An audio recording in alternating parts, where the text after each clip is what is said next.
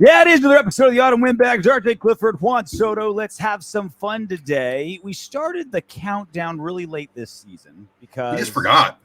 Well, partly forgot, and partly it just didn't really feel like football. We are 17 days away from the Raiders opening day. So close. Not like last season where it was Ravens, prime time, Monday Night Football, first game at Allegiant Stadium with fans. Like, it felt bigger, and obviously the game delivered as much as we could have hoped for. But I don't know. It just doesn't feel like we're that close to football season like most seasons, Soto. What's wrong with me? I don't know, man. I feel the same way, but we're close, man. This is like you're making out, hand sliding down, finger goes into the panties, so Arlo starts tugging them down a little bit. That's how close we are. Yeah. No. Just one finger in the panties and one finger in the thong, and you're pulling it down a little bit, and she's like, no, stop. Oh, that's how close we are. That's how close we are. Except this won't stop.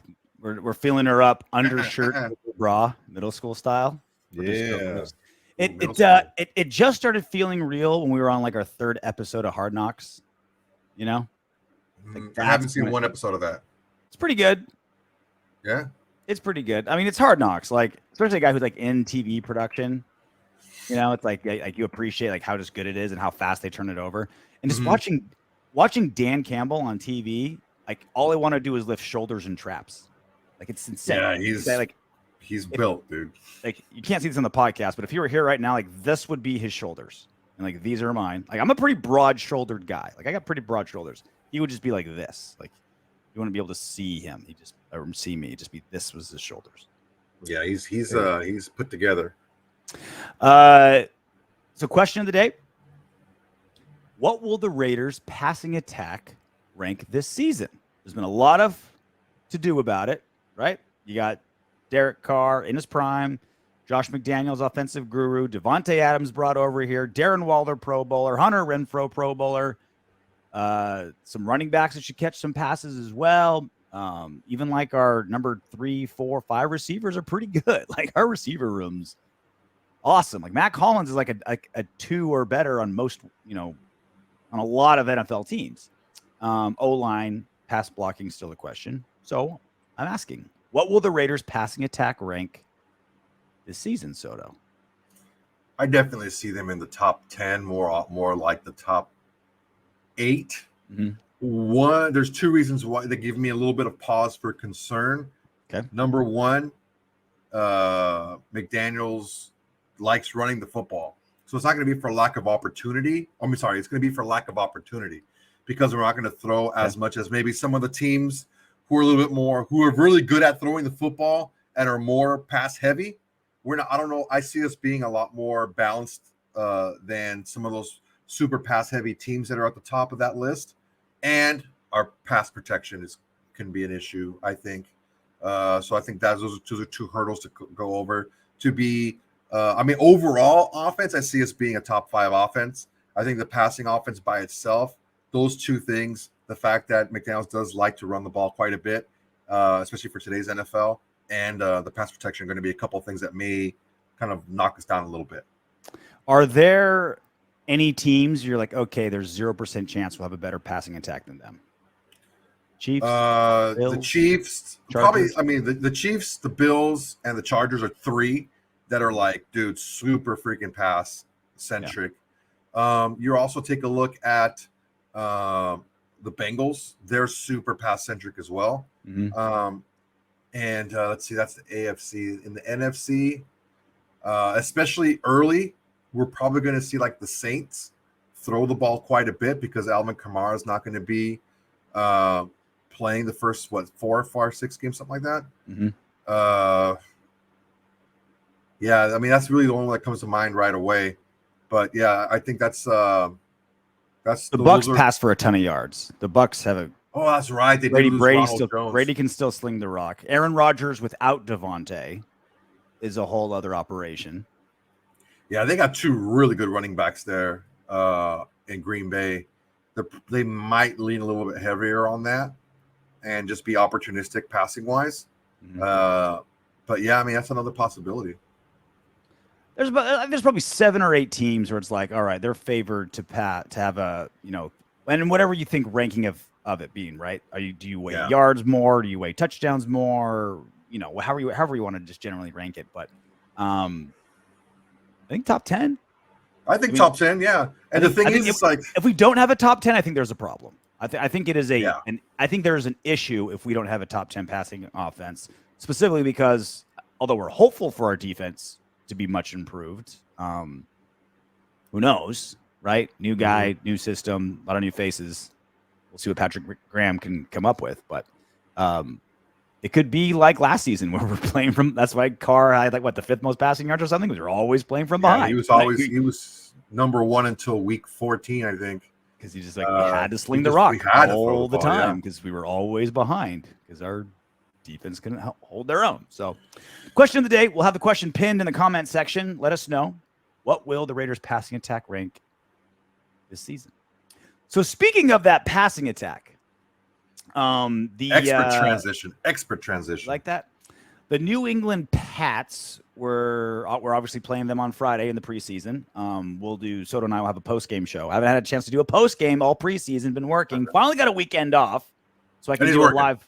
Yeah, but 13 straight weekends I've been on the road working for the UFC. Now I got a weekend off. Hallelujah. My marriage thanks me.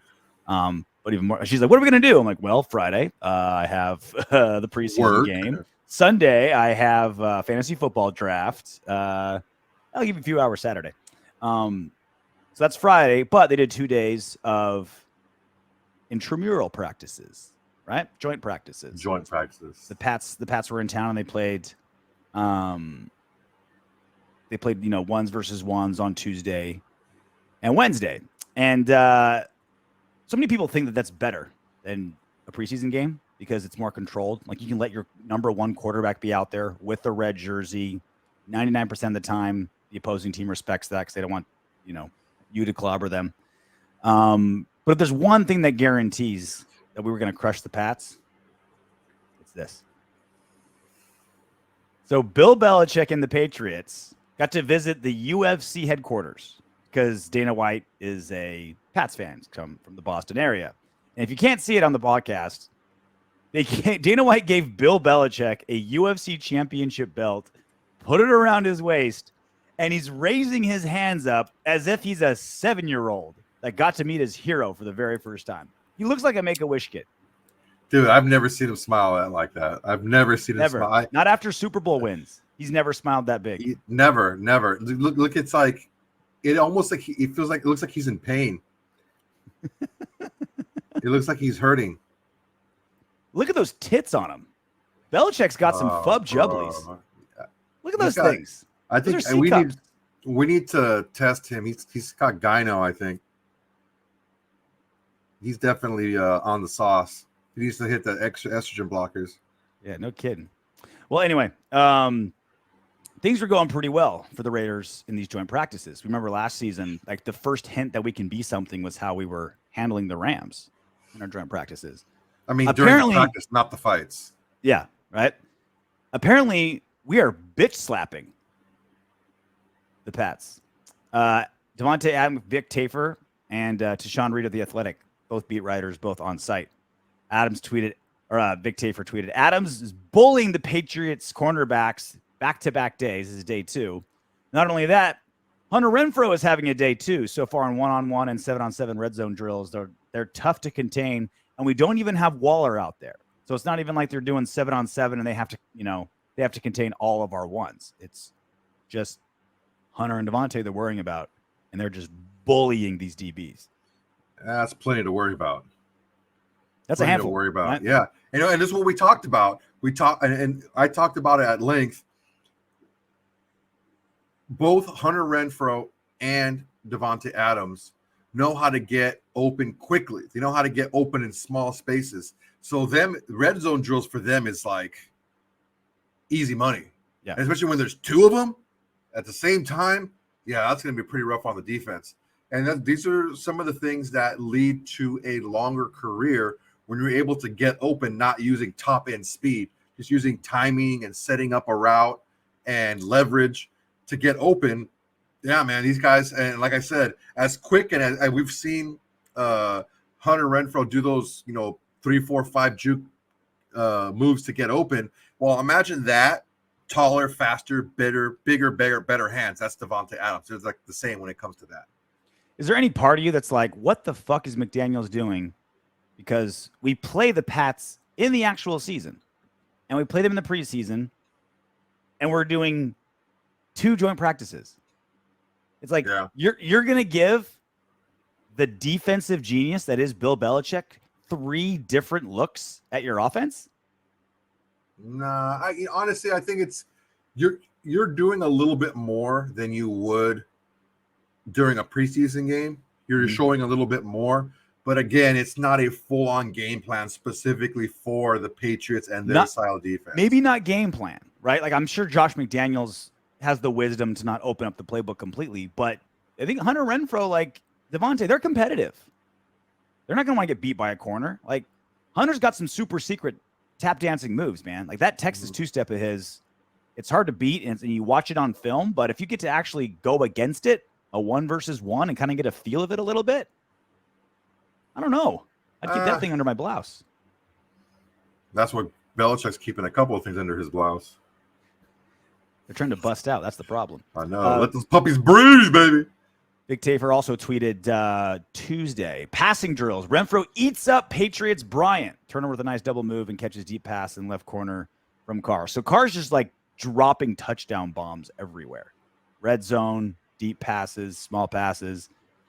You knew he was going to sync with Davante Adams quickly, and he's only going to sync more and more with Hunter. Like as good as Hunter is, right? I feel like he's still like blossoming. Like I feel like he's still maturing, like a teenager, right? Well, the thing is, it's like I just talked about how similar Hunter and Davante are in short spaces, right? Mm-hmm. Well, if Hunter can grab from Davante some of the similar moves and setups to get open further down the field and stay open, that could open up a whole new can of worms for defenses out across the NFL. Because if you get 2 guys that are like this, who aren't afraid to go over the middle, who aren't afraid to get the tough catch, who have great hands, who have great awareness, who are heady players, and also have those kind of skills, you combine all that together and are crazy hard workers, that's going to be tough when you got 2 of those guys. Big Tafer also tweeted, back-to-back deep touchdown passes from Carr to Adams and Hollins as DMX blares in the background. Raiders opening up shot on the Patriots again. The reason they were playing DMX in the background is Josh McDaniels was using some of the terminology to call plays in a 2-minute drill. And the offensive players on the Pats were listening and were trying to signal the defensive players what the plays were because it's the same terminology. And so that happened on Tuesday. So on Wednesday, they started blaring like loud music. So they couldn't hear it. The Pats can't even help themselves. They have to cheat in joint practices. Like you're just there to get work. And yet they can't help themselves because cheating is just forged into their DNA. It's the competitive nature that they have there. They need to make sure that they win. But I'll tell you something, man. Right now, I am very optimistic about Carr's season for this main reason. Mm. When Carr is confident, he's going to be able to just let it loose a little bit more. And that's what seems like it's happening now. It sounds like he's more confident in his targets. He's more confident. Well, with Davante Adams, just makes him more confident. Just that one guy right there makes him more confident. So passing to other guys, it's something that maybe he lacked a little bit coming out of losing Amari Cooper, losing Crabtree, having who knows what, God knows 6 who. different offensive coordinators. Yeah, right. Now it's like, hey. Let me. I'm not just going to tell you what the offense is. I'm going to involve you in building this offense, make you a part of this. Mm-hmm. Oh, and let me get you your most comfortable guy throwing to in the entire planet, plus another guy who's kind of a smaller clone of him. Oh, and then a deep or a matchup nightmare. Hollins is also a matchup nightmare. So you get 2 guys that are matchup nightmares in Waller and Hollins.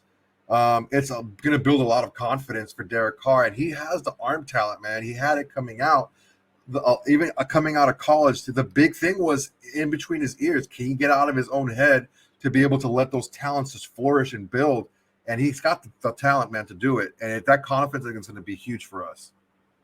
So naturally, the Raiders beat writers are going to pump up how well the Raiders are doing, right? Like a lot of people look at beat writers like, oh, they're so negative. It's like, no, they're just more objective than most fans. Some of them are some of them are very negative. I feel like most of the Raider beat writers, there's the obvious. I feel like most of the Raider beat writers are pretty positive. Generally, like a sunny outlook on the Raiders, more or less. And certainly when you have a giant Raider following on social media, you tweet something good about them, you're going to get more retweets and stuff like that. And so Raider fans were getting pumped on these tweets. But the Pats beat writers were saying basically the same things as well. Exact thing, yeah. It's the same thing. So it's good that we're getting confirmation. I just want you to look at this one tweet. So this was the back-to-back deep touchdown passes from Carr to Adams and Hollins. This Pats fan chimes in, well, it wasn't all that way. And he quote tweets another beat writer, Andrew Callahan, who said, Patriots defense in 11 on 11s. Patriots won 5 of 9 snaps, allowed 2 touchdowns, and a big inside run. Matt Judon earned a sack, run stuff, pass broken up. Davante Adams smoked Jack Jones for a long touchdown. Matt Collins beat Terrence Mitchell for another. So this guy, Shy Mike Sullivan on Twitter, Cheyenne Sully 14, is all, whoa. There was more to it than just that. Right? It wasn't just like 2 deep touchdown passes. There was 9 snaps. And I'm like, so the Raiders only scored a touchdown every 4.5 snaps. Got it. Like, this wasn't the ownage you thought it was, Mike Sullivan. He's like, no. Like, we did some good stuff too. It's like we had 2 long touchdown passes and 11 snaps. So you're saying every 4.5 snaps, the Raiders are going to score a long touchdown pass. Like, and a long run. Talk about a self-ownage. Like, every other play is either a touchdown or a big run. Like, okay, I'll take it. The thing is, too, that the thing that's encouraging as well is we heard that there was smokage of a Pats DB, and we heard 3 different names that got smoked. It wasn't that they were picking on the same guy over and over again. It's different dudes across that defensive backfield. Like, who's next? Who can cover this guy? Who can cover Devante? Who can cover Hunter? The answer is nobody. Nobody. How much do you read into this? The Raiders smoking the Pats. I read quite a bit for a few reasons. The familiarity that McDaniels and Belichick have with one another, I think that they're able to show a little bit more, right? Because they know what the other person runs anyway, so why try to hide it? It's like even the terminology. Okay, we're going to get good work here, and we're not going to try to play a little game like, dude, he knows what we run. He knows this shit. Let's just fucking do it because he knows already. Why are we going to hide it? Let's just get this good work. Belichick is known for having a great defensive backfield. That's what he's known for. He's building up, he builds up these undrafted free agents and late round draft picks, and he makes them bazillionaires after their first contract, right? And just again, the confidence that's shown, just drop, and that confidence is just going to build because of why they're getting there. Everyone's working hard. Everyone's on the same page. Everyone's holding each other accountable. We see it translating to the preseason games with low penalties. The hard work's paying off. Everyone's buying in. So that makes everyone want to work harder going forward. So I think we can take a lot of good from this. So I feel like this lets us know that what we think is going to be good sure sounds great. Carter Adams, Carter Renfrow, offensive rhythm, familiarity in the passing game, all the things that we had high expectations for, it looks like it's happening. But it tells us nothing about our biggest problem. Because when you do joint practices, quarterbacks still have red jerseys, and you don't touch them. And what's the biggest concern on our offense? Pass protection from the O-line. So that's the other part too, is Carr doesn't have to worry about running for his life because Leatherwood is being an open turnstile for Joey Bosa or whoever. God, I hope it's not Leatherwood. So that part is out of the equation, and that's the biggest possible thorn in our side. So all this great stuff I'm hearing is awesome. If pass protection's there, Carr and company are flying. Great. That's what we expected. Awesome. But the biggest question mark we have, we got zero answer for that in these, which is, I guess, not to piss in the Cheerios of all this great news, but that's always going to be in the back of my mind until I see it actually happen in the regular season. Yeah, that's a hard one, man. Especially when it's so controlled, you don't get that flow of the game. The guy's a little bit tired. Maybe you're switching in and out a couple of defensive ends on a tackle that's been in for the entire drive. Yeah, you don't know those situations can't be mimicked. So speaking of Derek Carr spoke to the media on Wednesday after the joint practice and regular practice, and this is before the preseason game on Friday. And you sent this clip to me. I had seen it. I see almost every single. Oh, it's Derek Carr. Of course, you freaking saw it. And I see obviously, I'm going to see our QB1s. I see the backup running backs media days, right? So I'm going to see Carr's. But I didn't think too much of this answer until you sent it to me. Take a listen. You always want to make sure you're doing your job right. Before you go and start correcting people all the time, and getting to a certain place, and with the coaches and with the team, and to where I do feel comfortable. And you guys know me, the way I do it. When I see something, I'm going to go sit next to their locker. I'm going to say, I need you to do it like this. Guys know I've had the conversations with them. I was like, this way that you're doing this isn't good enough. You got to do it like this. And I said, I'm the first one to make mistakes, but the mistakes are the same thing every day, and I kind of do it in a personal sense. And that's just how I've been. And I've been doing that, since camp started, because once OTAs, you kind of get a feel for the philosophy, you get a feel for the scheme. So now it's time to lead. Now it's time to, at first it was lead by example, put the work in, put the time in, still doing that. But now being vocal, having those hard conversations that aren't always fun, but I'm definitely having them with guys, and just keep pushing, because I'm just at a place in my life where, we've been close, on some good, talented teams, but that's just not enough. It's the details that cost us at the end of the Bengals game. It's the details that cost us at the end of certain games. And, going forward, I'm just trying my best to keep pushing our guys, myself included, to make sure that we are so locked in and honed in on that. And if we screw it up, okay, do it again after practice. Okay, you screw it up, it's okay. Watch it again in the film until you really get it. You know what I mean? And so just pushing guys to do that really during training camps when it started, especially after learning the new offense. So why'd you send that clip, Soto? A couple reasons. I'm very encouraged by that. I know we had a discussion a few weeks ago about why the leadership is different, what I see different from Carr, and that's it.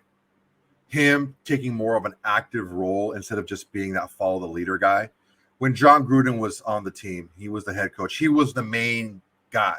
He was the voice. The czar of football. Exactly. He was the guy. And Carr took a backseat to that. And he even admittedly, he was a little bit more quiet. He wasn't the quote unquote rah type of guy. And leadership, you have to be able to make those tough calls. You have to be able to get in someone's ass when you need to. And he's saying, okay, this is different from the start of camp. I've been telling these guys what you're doing is not good enough. And having those tough conversations and helping them, not just telling them, but helping them get it right. And that's what I saw a little bit more, the transition, kind of like the transition from taking a backseat to Gruden. So now Gruden's gone. Now I'm the guy now. I'm that voice. That's where I saw the difference late in the season from the team taking a dump when they were midseason in the hunt to the team putting it together and making the playoff run. That's the difference that I saw.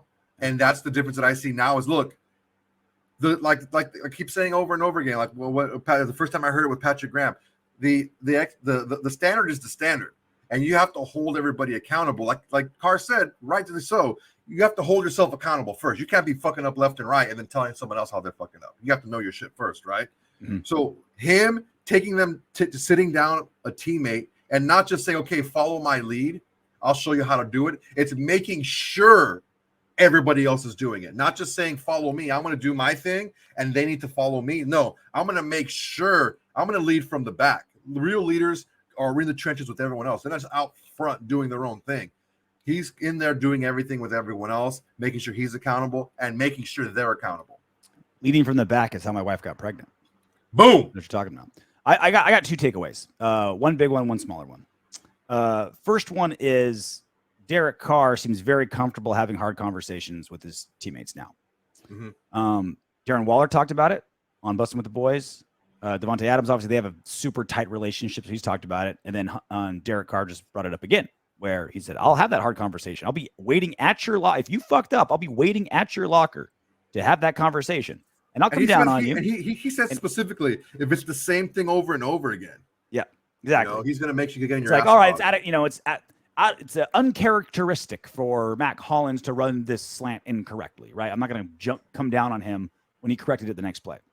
If you're making the same mistake over and over and over again, we're going to have a sit down and we're going to fix it. Get this right. Yeah. And Let's do it again. And that's a human problem a lot of people never have been able to conquer, is they don't want to deal with the uncomfortability of the now, even though maybe deep down they know it's going to be 10 times worse in the future if you let it fester, right? So it's nice to see him outwardly say that. And I never felt like he was not that kind of way, but him being more active in that way. And two, the biggest thing with me is this just is another example of Josh McDaniels showing how he's reinvented himself into a player's coach. What's the first thing Davante said about Josh McDaniels when he came to the Raiders? Oh, he's asking me what I want to do. He respects my knowledge as a player. He wants to know what's in my brain. And then let's get together in the lab and work together. Carr says the same thing. Foster Morrow said the same thing. Waller he said it right. He said Morrow right. All these guys are saying the same thing. And this is Derek Carr for the 100th time proving he's a soldier. You want him to sling the rock recklessly? He will. You want him to dink and dunk? He will. You want him to be conservative in the red zone? He will. You want him to be wild in the red zone? He will. You want him to be purely a leader by example like Gruden wanted him to be? No problem. Josh McDaniels comes in, players coach, you be you. You guys grab the reins of this franchise. You guys are the ones in the trenches, right? You guys grab this season by the balls and do what you think you should. And Derek Carr jumps at the chance. He's like, fine, that's what you need. That's what I'll give you. And that's been Derek Carr his entire NFL career. Yes, coach, what do you need? I will do it. And in this case, McDaniels is, you take a more active role, and he's doing it.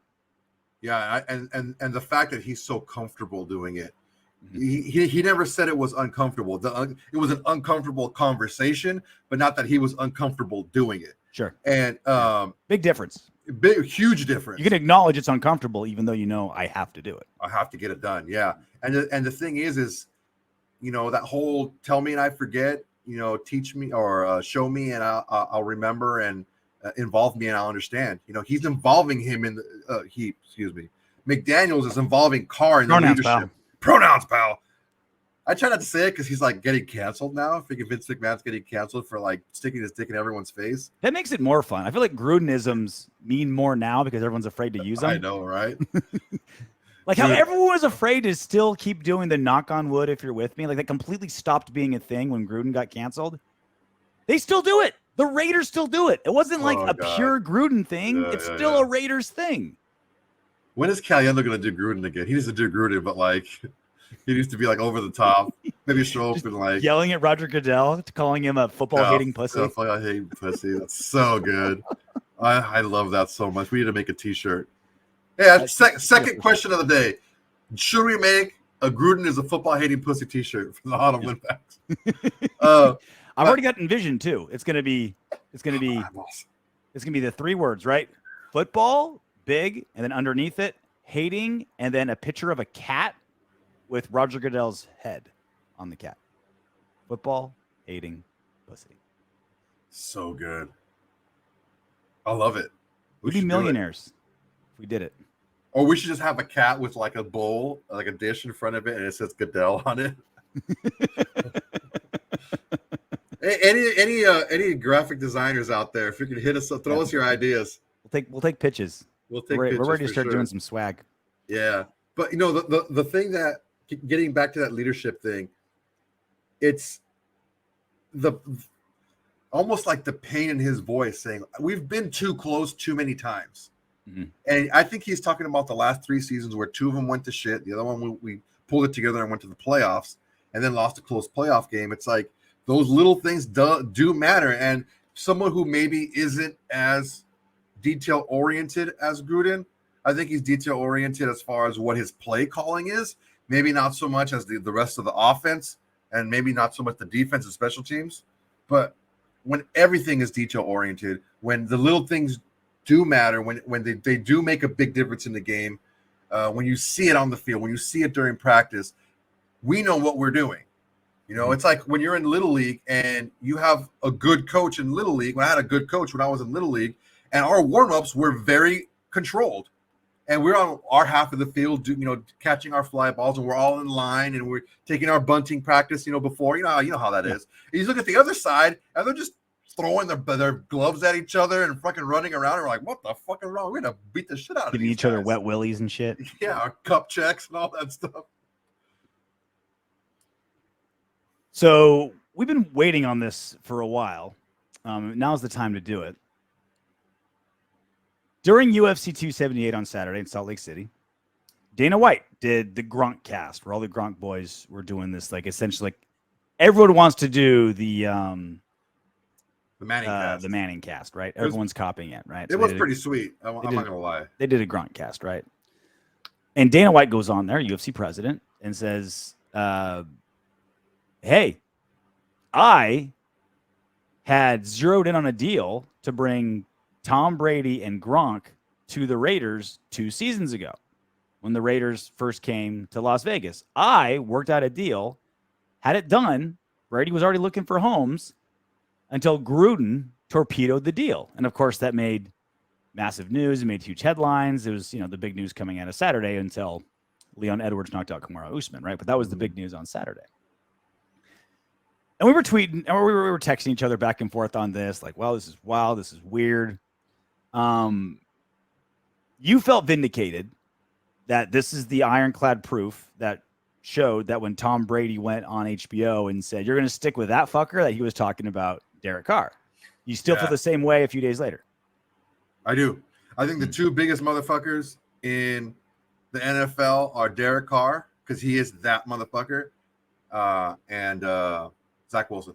That's the other motherfucker. One's literally and one's hypothetically. Yeah. Metaphorically.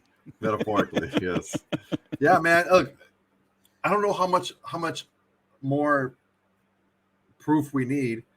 I was listening to some talk radio, and they're like, "Well, Gruden's the guy that makes the decision, and he said he didn't want to do it, so this whole story is bullshit." Well, if you listen to the exact story, is at the last minute, Gruden said he didn't want to do it. So it sounds like Gruden was like entertaining the idea, and then when the idea was, okay, this is no longer a hypothetical, this is a strong possibility. Do you want to do it or do you not want to do it? Then he said no. But I mean, I don't know what else we need to hear.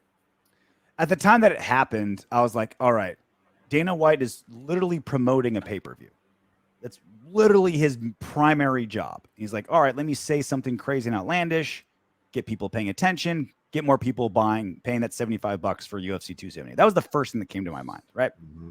As the days went by, I warmed up a little bit more to it, that I think there's maybe more truth to this than I originally thought, because I've seen Dana White on Fight Week. It gets most outlandish shit to get headlines, to get attention, to sell pay-per-view. It's literally his job. And it's not being nefarious. It's literally his job. Yes, his like job. A politician lying. Like, it's literally their job. So I'm not getting mad. It's not, not a bad move. It's literally what he's supposed to be doing. If he's not stirring shit up on Fight Week, Dana isn't doing his job. And so that's what I thought he was just doing. It's like, all right. And then I thought about it a little bit more and more. And I thought, okay, maybe it's not quite that outlandish. But this is the problem. There is so much gray area on what does it mean that Dana White did the deal, right? Like, that gray area is the size of Texas. It could have been something as solid as he got Brady and Gronk and Mark Davis and Jon Gruden in a room. He was there. He was the arbiter. He was the mediator. He was deciding contracts. He was the lawyer. He was writing up. Like, it could have been that badass and that, like, him that involved and him making the deal. Or it could have been he got Brady and Mark Davis on a text chain and introduced themselves and let them handle it. And then he can say, I made the deal. Like, Dana White would say, I made the deal in both scenarios and everything in between. So that was my thing, is like, I don't think Dana White is just flat out lying, but it could have been something as innocent and tiny as he put Brady and Mark Davis sitting next to each other at a UFC, said, hey, what if he came to Vegas? Wouldn't that be cool? And then walked away. He still would have, if that's all he did, he still would have said, I made the deal happen. Yeah. I get it. That's what got me, is like the gray area in between is expansive. Yeah, but the thing is like, we have the whole, you're going to stick with that motherfucker comment. You also have the fact that Gruden had to acknowledge it. It got to that point where Gruden had to acknowledge we're going to move forward with this or we're not going to move forward with this. So regardless of the involvement, but also that point could have came anywhere. That point could have come from the first text message from Brady, or that point could have come, to your more point, contracts were done. Mike Mayock approved, Mark Davis approved, and then Gruden pulled it. Fucking Mayock, get the fuck out of here, dude. He had nothing to do with that shit. Maybe not, but he would have been involved in the process, right? Whether it's the contract or the salary cap, like he would have been deeply involved in the process. He was fluffing Gruden's pillow, I mean, to make sure his head was comfortable while he was in his seat, maybe. You know, Gruden isn't sitting there with a TI-83 calculator figuring out salary cap to get what's it going to take to get Brady and Gronk. Neither was fucking Mayock. He ain't no fucking capologist. No, but he's more involved in that. He's more involved in that process than Gruden, right? Gruden. I bring the figures to the customers so the engineers don't have to. I have people skills, damn it. What are you writing down? I'm a person. Tell us in the comments section what movie is that from. Let's see how many of you guys can get. Please. Come on, please let us know. I'm a people person. I tell you, I bring the figures to the customers so the engineers don't have to. Well, do you do it personally? It's like, well, no, my secretary does it, or they're faxed. So what do you say you actually do here? Oh God, that's great. I'm gonna watch that after we do this. I'm gonna watch that shit. So what would it have been 2 seasons ago if it did happen?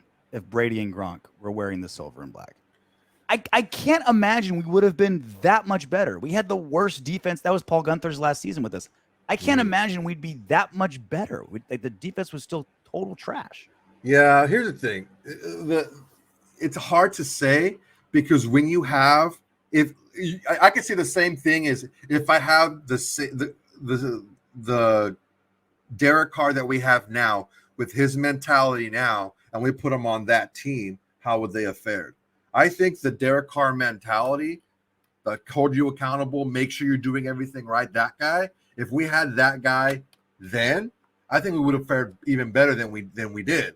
Because he would have been rushing the passer and getting tackles? No, it's not about that. It's about holding the people accountable every single day to make that level of play, the level of preparation even higher. Just a little bit higher. That little rising tide for all boats.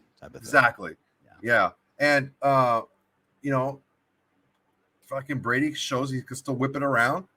Who knows, man? I think they could have maybe not have won the Super Bowl, but I could see them being a little bit better. Not because Brady's a better quarterback than Carr, but because the leadership and the accountability would have been a little bit better, I think.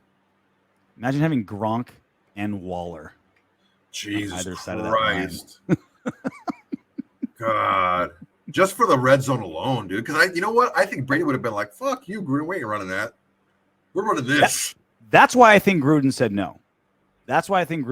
Like, he wanted his guys. He wanted soldiers. He wanted yes men. And that wasn't going to be Tom Brady. Tom Brady is the head coach, GM, and like half owner of the Bucs, right? Like, yeah.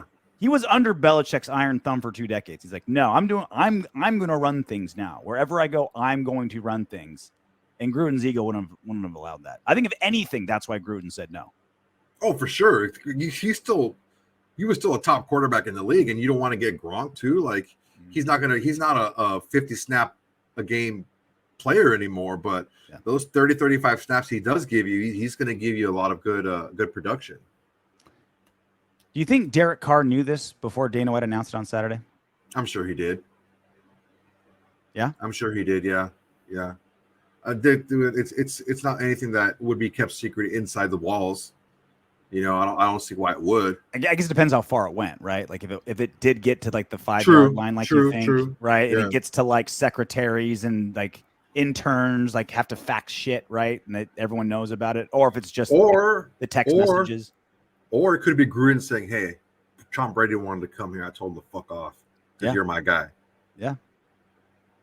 And that's literally what it is. He's not lying, right? Like, it's the truth. Lying. It's the truth. Yeah, exactly. I want you, Derek Carr, more than I want Brady and his 6 Super Bowl rings.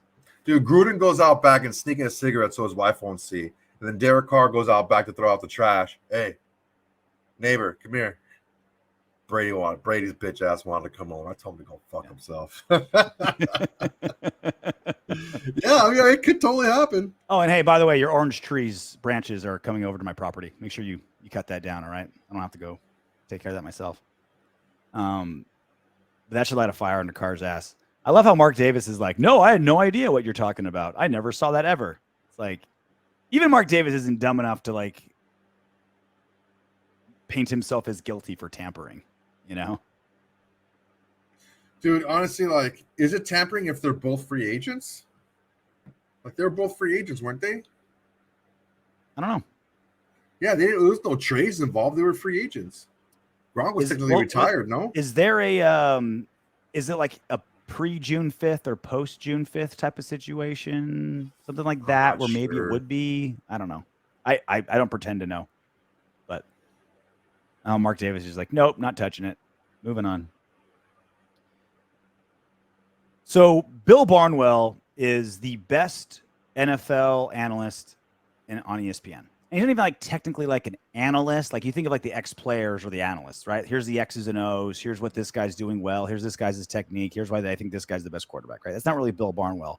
Barnwell is more of like a statistician, right? He's like an economist. He's like, give me the numbers and here's what I want. Here's what I know. Very smart guy.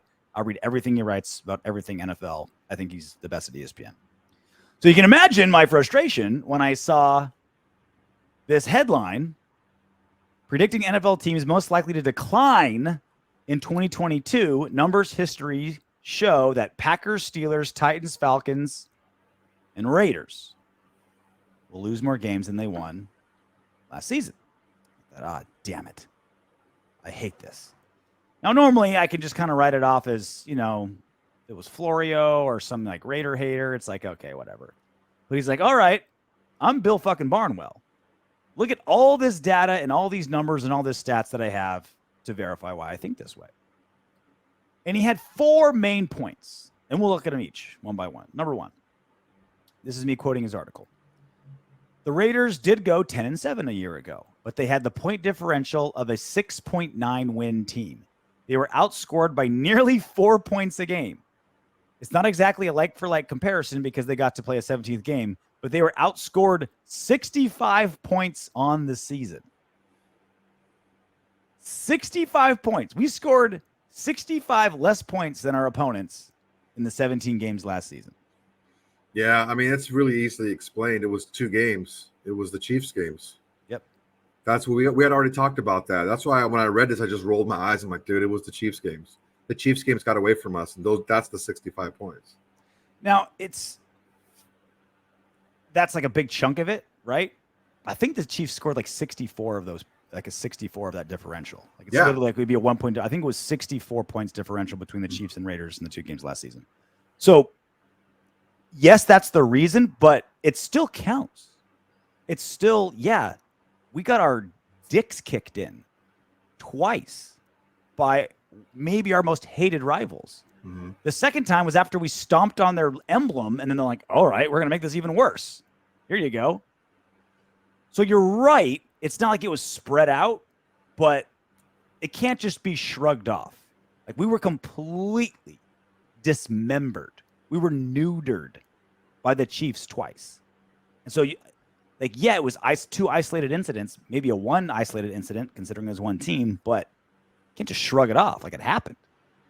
Yeah, I mean, but you have to also take a look at the fact that we're not going to get severely out-schemed again. I have a lot more confidence in the coaching staff that we have right now, and that's basically what it was.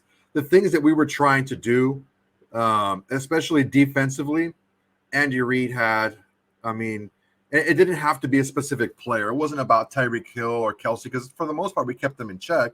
It was the other guys that were doing specific things with matchup issues that we had. And offensively, we were pressing because we were behind early, and we were making mistakes and fumbling the ball, giving the ball away, and just torpedoed and, snowballed all the way down. And I don't see us being out schemed. It wasn't a talent issue when it came to the Chiefs. It was just being thoroughly outcoached. Point number 2, the Raiders finished the regular season 21st in DVOA, ranking 4th within their own division. There's 4 teams in our division. ESPN's Football Power Index pegged them as the 23rd best team in the league. Pro Football Reference had them 23rd in their simple rating system. They finished as the 13th best team in the AFC. Again, 16 teams in the AFC. So the nerd numbers make us look terrible last season. You know what? That just goes to our poor record when we're favorites. That's the West. That's the bad DVOA. I mean, how many times did we win when we were underdogs? We won a lot. We won like 8 of our wins were as underdogs, and we won four games in overtime. So that DVOA gets lower and lower because you're winning, but you're barely winning. But when we lose, when we're supposed to win, like the Giants, like the Bears, we get blown out. So that really skews that number a little bit. To that point, Las Vegas went 7-2 in games decided by 7 points or less. We went 4-0 in overtime, becoming just the second team in the past 30 years to pull that off. The 2011 Cardinals did it. 4-0, undefeated in overtime, and 7-2 in 1-touchdown games. Barnwell loves that number, and I think with good reason, right? Like it's winning a lot of close games involves a lot of luck. It is a talent, but generally a team that like skates by and gets a lot of really close wins one season doesn't replicate it the next season. Yeah, look at our 16 and 17 seasons. We won a bunch of close games in 16, and those games went the exact opposite way the next year. The exact opposite record. What, 12-4 to 4-12? There's a good point with this one, but I would also acknowledge that Derek Carr, and we'll get to Daniel Carlson here in a second, it's less fluky for them because they've been doing it for so long. Like Carr's been leading comebacks for 8 seasons. He's always playing from behind because he's always playing with trash defenses and usually trash run games, right? So it's like he has more reps playing from behind and being able to come back than any quarterback in football right now, really. So I would say that yes, in a broad picture, statistically, it's more random than we like it to be. But I would also say there's anybody who's bucked that trend of randomness and has done it consistently, it's Derek Carr. Yeah, man. It does concern me leading into the season how poor of a record he has as a starting quarterback when we're a favorite to win the game. He does a really good job of rallying the troops and being the underdog. But I mean, what's wrong with being the better team? You know, he's just not used to it. Exactly, right? So hopefully this new attitude of like, you know, the added confidence and that little swagger he's got, that little bitiness he has, you know, hopefully that kind of helps us out when we're favorites. Little big dick energy would be nice. There we go. Swinging it. And here's the last point. Daniel Carlson, our fantastic, beloved, Jesus and very Christ, rich kicker, godsend, kicked 9 field goals in the fourth quarter or overtime to give the Raiders a lead, with those kicks eventually leading to 5 victories. Carlson is a great kicker, but that's likely unprecedented in NFL history. ESPN has data going back through 2001. I was in high school. And no team over that time frame ever has had a kicker boot more than 6 field goals to give his team a lead in the fourth quarter or overtime. The record was 5 before 2021. Again, Carlson had 9. But again, Carlson's just that good of a kicker. Like he is that clutch. And again, the randomness is always a part of it. But Carlson's pretty goddamn good. And you can count on him to win those clutch moments. So look, if you're going to hit 50 home runs in a season, you better not get hurt and get your at bats. Be batting up higher in the batting lineup, right? You get more at bats, more chances. You need more chances. That's really the main thing we have to look at here. I don't think Carlson even ever missed one of those. Yeah. He had the chances to do it. That's why he had so many. And that's not typical. He is that good, and when you give him a lot of chances, he's going to knock more of them down than not. I wouldn't be surprised if he went 9 for 9 in that situation. So those are the 4 main points from Barnwell's article about why he thinks the Raiders are going to decline in 2022 after 2021. And there's some decent points in there. And it was very Barnwell. Macroeconomics. Big picture, here are the trends. And I'm glad I read it, and there's a lot of good points. But I think when you go micro, right, the point differential, yeah, the Chiefs were 2 of it. You know, the comebacks, like, well, that's kind of Carr's thing. Well, the kicker was a big part of all these wins. Like, yeah, he's that good of a kicker, right? You can kind of dive in. But the other part is, too, that like never got brought up was like what a clusterfuck last season was. We've been over it a million times. Gruden getting canned, Ruggs going to jail, all the other, you know, Waller missing so much of the season. Like, all those things are our 2 starting guards were hurt before the season basically began, right? Yeah. None of that was factored into this, and we overcame it all.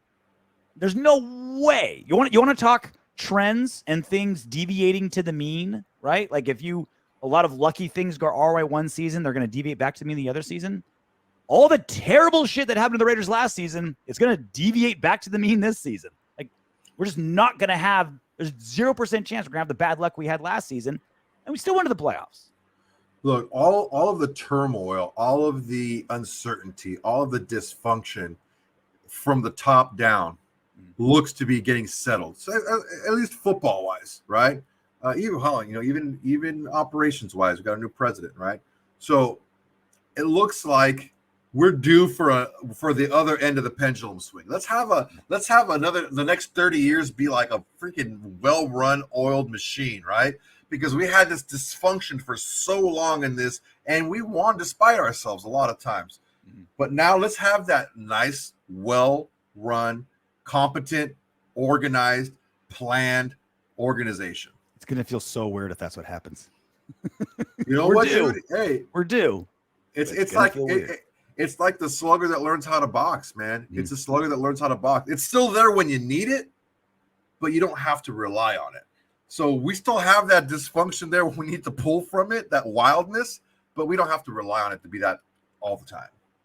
Well, in a little piece of that potentially good luck, J.C. Jackson, Pro Bowl cornerback for the Chargers. Big money. Just went under the knife on Tuesday. Los Angeles Chargers cornerback J.C. Jackson underwent ankle surgery Tuesday. The Chargers announced Jackson is estimated to return in approximately 2 to 4 weeks. The source told ESPN that Jackson underwent a non-invasive procedure to correct something that he was born with. So, quote, he could feel his best. I don't know what any of that means. But I will say this. The 26-year-old Jackson just signed an $82 million contract. Like, that was a big defensive addition for the Chargers. We're 17 days away from playing the Chargers. If he's not ready for another 14 to 28 days, he may not be on the field when we take down SoFi Stadium, which would I think he's going to be on the field. And even if he is on the field, how much do you think he was practicing, right? Yeah, I don't think I think that he did this for a reason at this time. Like, okay, the last couple of weeks of preseason, I'm not going to really play. Training camp's going to be done this week. Then we have the couple of weeks to get ready for the first week. I'll be fine. I think it's going to be. I think he'll be fine. And it's such a weird procedure the way it was described. A non-invasive procedure to correct something he was born with, so he can feel his best. That sounds like what a 20-year-old who's getting a boob job.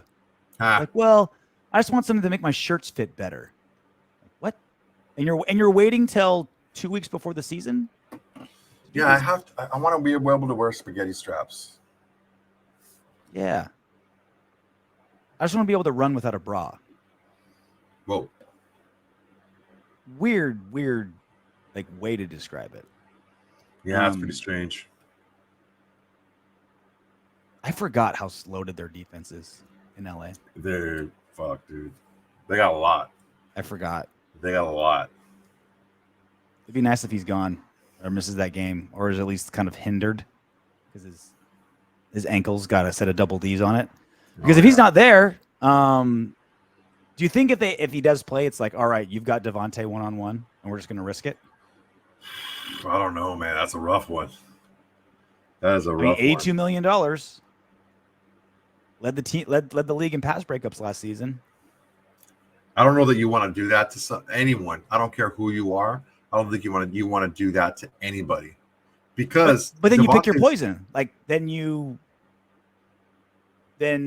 Waller or Renfrow is going to be single covered, or you're not going to be able to blitz, or you're not going to have a free safety, right? Like you got to pick your poison. If you double Davante, something else has to give. Mm-hmm. Right? I think they're going or to if you mix say, it all up, right, dude. this guy's amazing, we think JC can handle Davante, then we can play normal defense. Yeah. I think they got to mix it up, because if not, you're playing, they will, obviously, right? They're not going to, you're playing into Josh McDaniels' hands there. He knows exactly what to do, and Carr knows exactly what to do if you're doing the same thing with Davante every snap. Mac, Bosa, Jackson. Jesus. Derwin James. We didn't even say Derwin James. Ready to do some what up windbags? Yes, sir. All right, P. Gavin. The asking price is too high for a 35-year-old defensive tackle. You can guess who he's talking about. Namkin Suh. Sorry, could get much better for cheaper. Now, it's been a while. About a month ago, you said, I'm over 50% sure that we're going to get Suh. I said, I'm under 50. Are you sticking with that number? Yeah, man, he's still out there. We still have the cap money, and we still have the cap money. So I think it's look. I understand he's 35 years old. What we need from Ndamukong Suh is to be a game wrecker. Does that mean he has to play like Gronk? Does Gronk have to play 50, 60 snaps a game? No. Neither does Ndamukong Suh. He doesn't have to play that much. He can play the early downs and put the defense in a more precarious situation to be able to sub in a different package and be able to let these horses on the ends loose. So I think he could still be a very strong piece to this team, but more of a 3/4 time piece as opposed to like a halftime piece, a part-time piece to the defense. A side piece, if you will. Oh, a side piece. Oh, those side pieces. You got a good side piece. Treat her better than the number one, because that side piece, that's to clear your mind. The J76 2000. Media worship of the Chargers is nothing new, but the Broncos is the most ridiculous. Besides, Russell Wilson is just an overpaid Walmart greeter now. Welcome to Walmart. That's right. So I think like the media and the fans are very different, because I feel like the Broncos fans are pretty realistic. They're like we haven't won shit in a while. They've been beaten down. Yeah, like they've been like, you don't see a lot. You don't see a ton. It happened. You don't see a ton of Broncos fans talking shit to Raider fans. Like we've owned them, right? The last few seasons. Can I check your receipt? Charger fans are like, you guys have never done shit, and yet they're constantly in like parade mode. Oh no, God! They're already blocking off. They're calling LA City Council to block off freaking streets for their parade coming next year. How to get Justin Herbert a key to the city, the whole 9 yards. Which street are we going to rename Justin Herbert Way? But the media being all over the Chargers, that's nothing new. They love the big names, and the Chargers seem to always have big names. Always got a quarterback, and they're just all about it, even though they can never get over the hump. Watch out for falling prices. Right? Let's ride. Jay Warrior, we've been missing this piece to the puzzle for 20 years now. Number 17, Davante Adams, is taking us to the show. When was the last time we've had an acquisition as big as Davante? Jerry Rice. Jerry Rice. He was much older. What was Jerry Rice? 35? We got him. He's about 35, yeah, but he was still damn good. Randy Moss was big at the time. Didn't really. He was checked out, dude. He was so checked. I don't think he was even like. But he went to the Pats after and went bonkers. Again, it's the attention. It's the standard is the standard. You walk into the room and everyone holds you accountable. You have to do it. All right, that's it for us. We'll be back on Friday, live post-game show for the last postseason game of the season. And then we're playing football for realsies 2 weeks after that. Technically, we're recording this Wednesday night. Technically, the offseason ended today. Like training camp ended today. Yeah, training camp. Even though like things are still happening, it's technically training camp's over. It's getting real, man. I'm starting to smell the grass. Starting to like plan my Sundays. Like I'm booking all my flights for work. I'm like, ooh, instead of taking the like 10:15 a.m. so I can sleep in, I got to take the 7 a.m. so I can be on my couch before 10 to get ready for football. Tickling in my plums. Oh yeah. It's a bluish hue down there. So Yeah, blue. Ready. Yeah, they're like the mountains in a Coors Light can. So yeah. blue. Just capped. But until then, knock on wood if you're with me. Congratulations for making it all the way to the end of our video. If you want Darren Waller to catch 20 touchdown passes next season and for Max Crosby to have 30 sacks, go ahead and subscribe and click the next video.